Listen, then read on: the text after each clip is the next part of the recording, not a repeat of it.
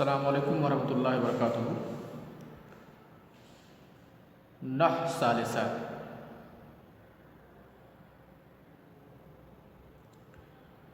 ہم لوگوں نے اس سے پہلے مصدر کی بحث پڑھ لیا ہے اور یہ جان لیا کہ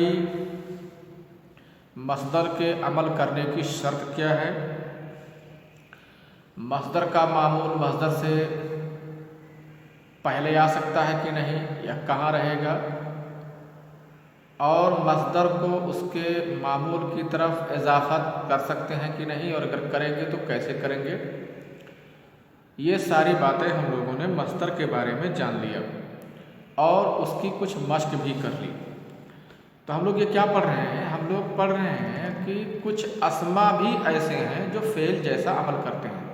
اس کو دھیان رہے کہ یہ بحثیں کیوں پڑھائی جا رہی ہیں۔ یہ بحثیں اس وجہ سے پڑھائی جا رہی ہیں تاکہ آپ جان سکیں، آپ جان لیں کہ کچھ اسما بھی ایسے ہیں جو فعل جیسا عمل کرتے ہیں، یعنی فعل جس طرح فاعل اور مفعول بہ چاہتا ہے، اسی طرح سے کچھ اسما بھی ایسے ہیں جو فاعل اور مفعول بہ چاہتے ہیں۔ ان میں سے ایک مصدر ہے، دیکھ لیا آپ نے۔ دوسرا ہے اسم فاعل، فاعل نہیں اسم فاعل۔ فاعل اور اسم فاعل میں فرق ہے، حالانکہ وہ فاعل بھی اسم ہوتا ہے، لیکن اصطلاحی اعتبار سے جب اسم فاعل بولا جاتا ہے تو اس سے ایک بناوٹ مراد ہوتی ہے، اس سے ایک بناوٹ مراد ہوتی ہے، وہ صرف کی ایک بناوٹ ہے، ایک صیغہ ہے۔ جیسے ضارب، یہ اسم فاعل ہے۔ اگر میں کہوں کہ نصرت ضاربا، میں نے کسی مارنے والے کی مدد کی۔ تو اب یہاں کیا ہے؟ یہ ضاربا، یہ جو اس کی ساخت ہے، بناوٹ ہے ضارب، یہ اسم فاعل ہے، اور یہ اسم فاعل وہاں مفعول واقع ہے۔ اسم فاعل بھی ہو سکتا ہے، جیسے جاء ضارب، فاعل اور مفعول ہونا ایک اعرابی حالت ہے، اعراب کی کیفیت ہے، اور اسم فاعل اور اسم مفعول ہونا ایک صیغہ ہے، ایک بناوٹ ہے اس کی۔ تو یہاں فاعل کی بات نہیں کی جا رہی ہے، یہاں اسم الفاعل کی بات کی جا رہی ہے، جیسے ضارب ناصر۔ ضارب ناصر، اس طرح کے جو اسما ہیں جس کو ہم لوگ فاعل بولتے ہیں، ظاہر ثلاثی مجرد سے اس کا وزن فاعل ہے، اور ثلاثی مجرد کے علاوہ دیگر جو ابواب ہیں وہ الگ وزن سے آتے ہیں، لیکن ان کے بارے میں ایک کامن بات جان لیجیے، مشترک بات جان لیجیے۔ یہ مشترک بات یہ ہے کہ دیگر ابواب سے جو اسم فاعل آئے گا وہ فعل معروف کے وزن پر رہے گا، مضارع معروف۔ کیسے بنائیں گے؟ اس سے آپ مضارع معروف رکھیں، کسی بھی باب کا مضارع معروف ثلاثی مجرد کے علاوہ، کیونکہ ثلاثی مجرد کا میں جو فاعل کا وزن ہے وہ ایک دم سے فکس ہے، اس میں کوئی دقت کی بات نہیں، اس کا وزن ایک دم فکس ہے، فاعل۔ ثلاثی مجرد کے علاوہ ابواب کا میں بتا رہا ہوں آپ کو کہ اس سے اسم فاعل کیسے بنتا ہے۔ آپ کو اگر گردان یاد ہوگی تو بہت زیادہ قاعدہ یاد کرنے کی ضرورت نہیں ہے، آپ پہچان جائیں گے، لیکن آپ کو مان لیجیے اگر وہ چیز یاد نہیں ہے تو بنانا بہت آسان ہے۔ اس باب کا فعل مضارع معروف اور آپ لائیے، اور اس کے علامت مضارع کی جگہ پر میم مضموم کر دیجیے، ہے نا، اور آخر سے پہلے والے کو اگر کسرہ نہیں ہے تو کسرہ کر دیجیے، اور اگر کسرہ ہے تو کوئی بات نہیں، بس بن جائے گا، بس اسم فاعل بن گیا، اور کوئی اس میں کچھ کرنے کی ضرورت نہیں ہے۔ تو اب یہ دو باتیں اگر آپ یاد رکھیں گے تو آپ کو کوئی بھی اسم فاعل جاننے میں بنانے میں دقت نہیں ہوگی۔ ثلاثی مجرد کے جو ابواب ہیں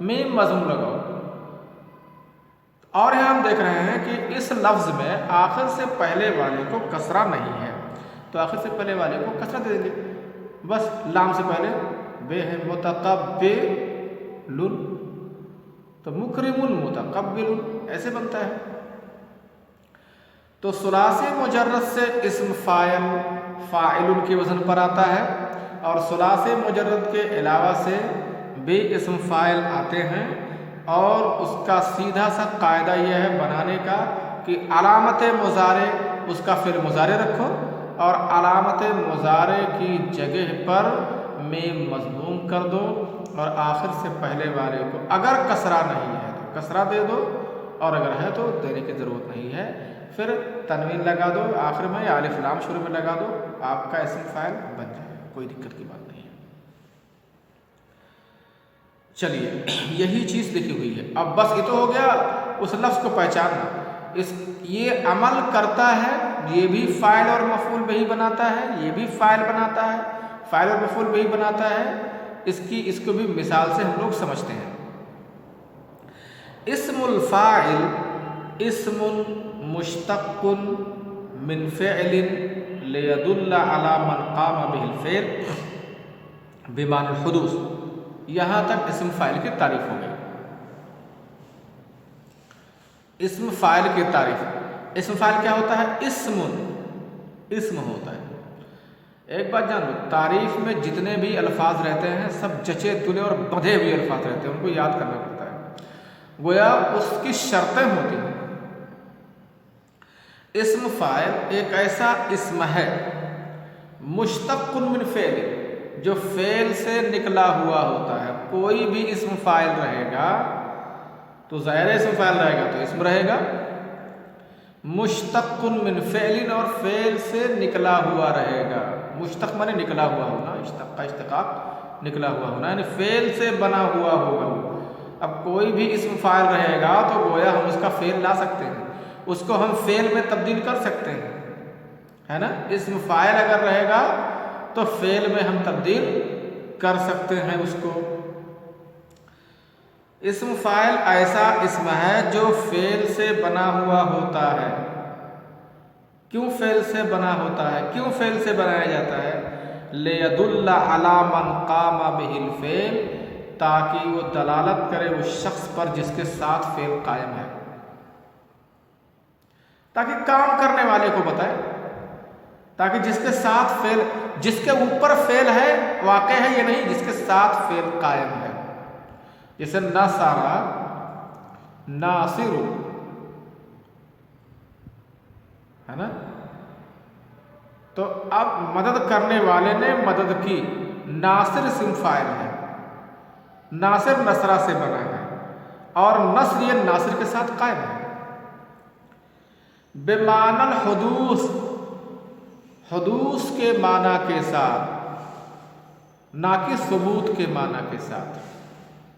اب یہ کیا ہے؟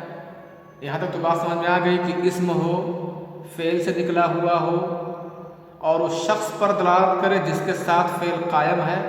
یہ تو پوری بات سمجھ میں آ گئی. حدوث کے معنی کے ساتھ دیکھو اس چیز کو پہلے جان لو کہ حدوث اور ثبوت کیا ہے. حدوث یہ حادث اور ثبوت ثابت. حادث کے معنی ہوتے ہیں ختم ہونے والا، ختم ہونے والا، ابھی ہے ابھی نہیں ہے. اور ثابت کے معنی ہے کہ ہو گیا تو ہو گیا. آپ نے یہ بھی پڑھا ہوگا کہ اسم فاعل حدوث کا معنی دیتا ہے، اس میں جو فعل ہے وہ حدوث کا معنی دیتا ہے، اور صفت مشبہ یہ ثبوت کا معنی دیتی ہے. یہ صفت تو کیا مطلب ہوا اس کا؟ حدوث کا معنی یہ ہے کہ ختم ہونے والا، ختم ہونے والا. جیسے کہا جائے ضاحک، عالم، ضاحک. ابھی کسی چیز کو آپ جانتے ہیں نا، ابھی بھول گئے. زید عالم، زید عالم ہے. عالم اس میں فاعل ہے، اس میں جو علم ہے نا زید کے لیے وہ حادث ہے، وہ ختم ہونے والا ہے. ممکن ہے ابھی 1 گھنٹہ پہلے اس کو وہ بات معلوم ہو اور 1 گھنٹے بعد اس کو بات معلوم نہ رہے. ضاحک کے معنی ہنسنے والا، اب کیا زید ضاحک اگر ہم نے کہہ دیا کہ زید ہنسنے والا ہے تو کیا اس کی ضحک کی صفت زید کے ساتھ ہمیشہ ہمیشہ کے لیے لگ گئی؟ اب وہ ختم نہیں ہوگی؟ ابھی ہنسنے والا ہو سکتا ہے، ابھی 1 گھنٹے بعد رونے والا ہو سکتا ہے، اس کی حالت بدل جائے گی۔ تو جب رو رہا ہے تو ضحک کی صفت ختم ہو گئی نا، یعنی ضحک گویا حادث تھا، ثابت نہیں تھا۔ لیکن ایک دیکھو، کالا گورا، کالا آدمی، زید کالا ہے، زید اسود، زید کالا ہے، زید ضاحک، زید ہنسنے والا ہے۔ ہنسنے والا ہے تو یہ حادث ہے، ابھی ہنسنے والا ہو سکتا ہے اور ابھی کسی بات پر رونے والا بھی ہو سکتا ہے۔ لیکن کالا ہونا، یہ زید کالا ہے تو کالا ہے، ایسا تھوڑی ہوگا کہ ابھی کالا بھی گورا ہو گیا، ابھی کالا بھی گورا ہو گیا، ابھی کالا ہے 1 گھنٹے کے بعد گورا ہو گیا، پھر کالا ہو گیا، پھر گورا ہو گیا۔ نہیں، یہ صفت اس کے ساتھ لگ گئی تو لگ گئی۔ کالا ہے تو کالا ہی رہے گا جب تک رہے گا، اس کا رنگ جب کالا ہے تو کالا ہی رہے گا، اور گورا ہے تو گورا ہی رہے گا۔ تو گویا اسود، اگر ہم نے زید اسود کہہ دیا، زید کالا ہے، تو گویا وہ جو اس کے اندر کالا ہونے کی صفت ہے وہ ثابت ہے، کیونکہ ایسا نہیں ہو سکتا ہے کہ ابھی کالا ہے اور ابھی کالا نہ ہو جائے، سفید ہو جائے، گورا ہو جائے۔ لیکن زید ضاحک اگر میں نے کہا تو ہنسنے والا ہے، تو یہ صفت حادث اس کے ساتھ، ابھی چاہے تو ہنس سکتا ہے، چاہے تو بھی رو سکتا ہے۔ تو حدوث کا معنی اسم فاعل، میرا خیال ہے آپ کو حدوث اور ثبوت بات سمجھ میں آ گئی ہے۔ زید عالم ہے، اچھا، لیکن اللہ علیم ہے۔ علیم صفت مشبہ ہے، اس میں جو علم ہے نا وہ ثابت ہے، حادث نہیں ہے۔ اللہ جاننے والا ہے تو نہیں کہ ابھی جانتا ابھی بھول گیا، ابھی جانتا پہلے نہیں جانتا تھا، ابھی جان گیا پھر بھول گیا، ایسا نہیں ہے۔ تو حادث اور ثابت ہونا، ایسے سامع اور سمیع میں فرق ہے۔